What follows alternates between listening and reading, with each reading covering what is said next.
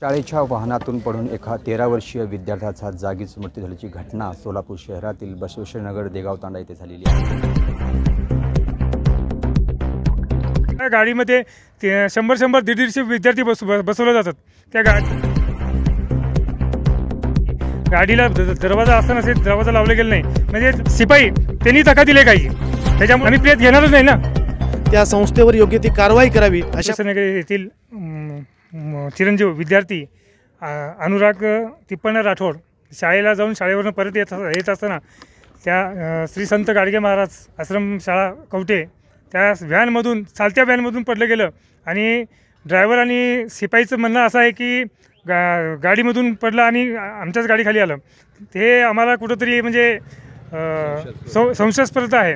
आणि गाडी ही 35 सीटर असून त्या गाडीमध्ये 100-150 विद्यार्थी बसवले जातात।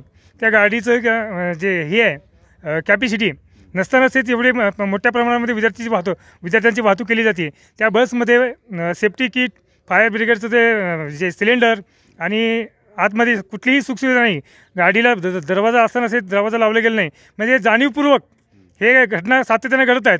हे आज पहिलीच नाही, 2-3 वेळा त्या ड्रायव्हरला समज देऊनही ती त्यांच्यामध्ये सुधारणा होत नाही आहे। त्याचप्रकारे हे सगळं भोंगळ जे कारभार आहे ते शाळा प्रशासनाचा आहे। वारंवार कल्पना देऊनही शाळेनं त्या बसमध्ये सुधारणा केली नाही। आज नाहक एका विद्यार्थ्याचा बळी गेलं। आज त्या परिवाराला त्या कुटुंबाला न्याय देण्यासाठी समस्त ग्रामस्थांनी आज एक उठाव केले की रस्ता रोको आंदोलन आणि प्रेत आज हातामध्ये घेणार नाही, हे निश्चय केले। जोपर्यंत गुन्हा दाखल होत नाही तोपर्यंत आम्ही आज ही प्रेत हातात घेणार नाही। घटना किती वाजता घडलेली आहे? घटना 11 ते 12च्या दरम्यान घडलेली आहे। तरी पण आज शाळा प्रशासनाकडनं दखल घेण्यासाठी एकही माणूस आला नाही। त्या गोष्टीचा रोष आमच्या या बसवेश्वरनगर ग्रामस्थांमध्ये आहे आणि जोपर्यंत गुन्हा दाखल होत नाही तोपर्यंत आज आम्ही प्रेत हातात घेत नाही। त्या शिपायाशी किंवा वाहन चालकाशी आपलं काय? वाहन चालकाशी शिपाईशी बोलणं झालं, पण त्यांनी सगळे उडवाउडीची उत्तर देतात की बस थांबली होती, पडलं। पण मला सांगायचं, विद्यार्थी हा बसवेश्वरनगरचा आहे, तुम्ही निम्या रस्त्यात बस थांबवली म्हणून सांगताय। आणि घटनास्थळी आम्ही त्यांना चौकशी केली असता तो म्हणतो की चालत्या बसमधून पडलं, मी त्याला धरायचा प्रयत्न केला, खाली पडलं। म्हणजे आम्हाला आता म्हणजे संशय येतो की तो स्वतः शिपाई त्यांनी धक्का दिले काही। त्याच्यामुळं या सगळ्या शाळा प्रशासन, जे ड्रायव्हर, शिपाई या सगळ्यावर योग्य ती जोपर्यंत कारवाई होत नाही तोपर्यंत आम्ही प्रेत हातात घेत नाही।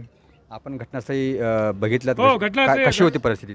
घटनास्थळी म्हणजे पूर्ण जागेवरती म्हणजे बॉडी आहे ते डेड झाली होती, डोक्यावरनं गाडी गेलेली आहे। समोरच्या दरवाज्यातनं पडून खालच्या चाकाखाली गेले, हे ड्रायव्हर आणि शिपाईचं म्हणणं आहे। पण आम्हाला कुठंतरी संशय येतोय की हा जाणीवपूर्वक केलेले बाब आहे। मुलगा कितवीला होता आणि त्यांची घरची परिस्थिती कशी आहे? 7वीला मुलगा होता। नाही, अंत्यविधीची आम्ही वेळ सांगू शकत नाही, आम्ही प्रेत घेणारच नाही ना। घरची परिस्थिती कशी आहे? घरची परिस्थिती एकदम हालाकीची आहे। का आज महिना झालं त्याच्या वडिलाला डिस्चार्ज दिला, आज 7-8 लाख रुपये खर्च करून त्याच्या वडील स्वतः ॲडमिट होता। आज या मुलाची बातमी ऐकल्यानंतर आज त्याचा वडील सध्या कोम्यात गेल्याच्या परिस्थितीत आहे। कोण कोण राहता घरामध्ये? घरामध्ये आई वडील आहेत, एक भाऊ आहे, आजी आहे, एक अपंग बहीण आहे। मग काय आता मागणी काय आहे? मागणी काय नाही, जोपर्यंत कठोर कारवाई होत नाही शाळा प्रशासन आणि जे या गोष्टीची संस्था चालकावरती जोपर्यंत गुन्हा दाखल होत नाही तोपर्यंत आम्ही प्रेत हातात घेत नाही। घटना घडलेली आहे त्याला 100% त्या ठिकाणी संस्थापक त्या ठिकाणी आम्ही त्याला जबाबदार धरतोय।